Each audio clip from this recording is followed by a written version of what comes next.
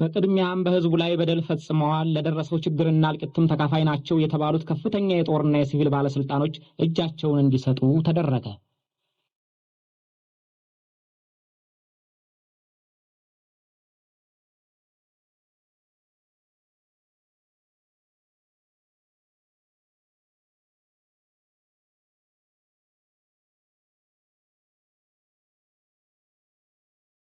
ባለስልጣኖቹ ዓለም አቀፍ ታዛቢ ባለበት ለፍርድ እንደሚቀርቡና እስከዚያውም በቁጥጥር ስር እንደሚውሉ ተገለጸ።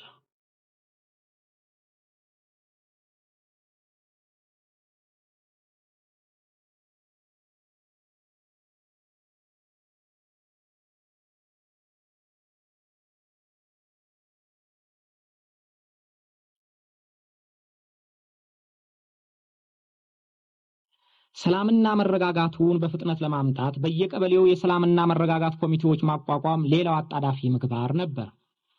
የህዝቡን ሰላም እንዲጠብቁ ከተቋቋሙት ኮሚቴዎች ጋር በመሆንም ትጥቅ የማስፈታት ቀዳሚ ተግባር ተከናወነ።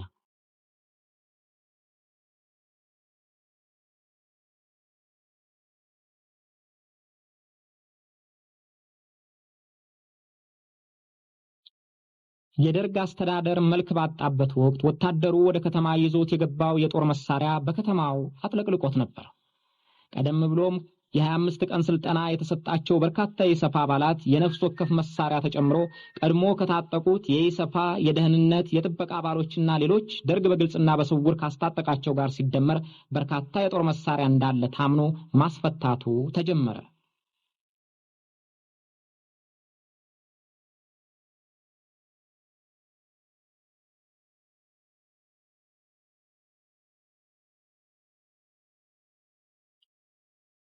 በዚህ ትጥቅ ማስፈታት ዘመቻም በርካታ የጦር መሳሪያዎች ገቢ ሆነዋል።